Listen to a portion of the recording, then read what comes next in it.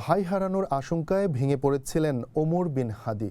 দুঃখ, বেদনা আর হতাশা ভর করেছিল চোখে মুখে। হাতড়ে বেড়াচ্ছিলেন একটুখানি আশ্বাস ও সান্ত্বনার জায়গা। এমন অবস্থায় জামায়াতের আমিরকে দেখেই জড়িয়ে ধরে হাউমাউ করে কেঁদে উঠলেন তিনি।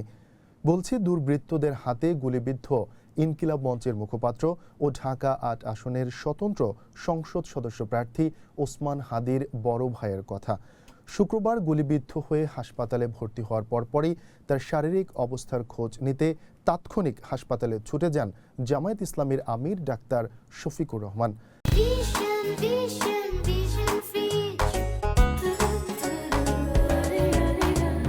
হাসপাতালে পৌঁছে তিনি চিকিৎসকদের কাছ থেকে হাদির সর্বশেষ শারীরিক তথ্য জেনে দেশবাসীর কাছে তার জন্য দোয়া কামনা করেন।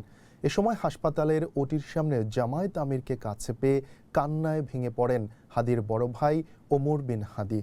জামায়াত আমিরও বাকরুদ্ধ হয়ে পড়েন। পরে হাদির বড় ভাইকে সান্ত্বনা দেন তিনি।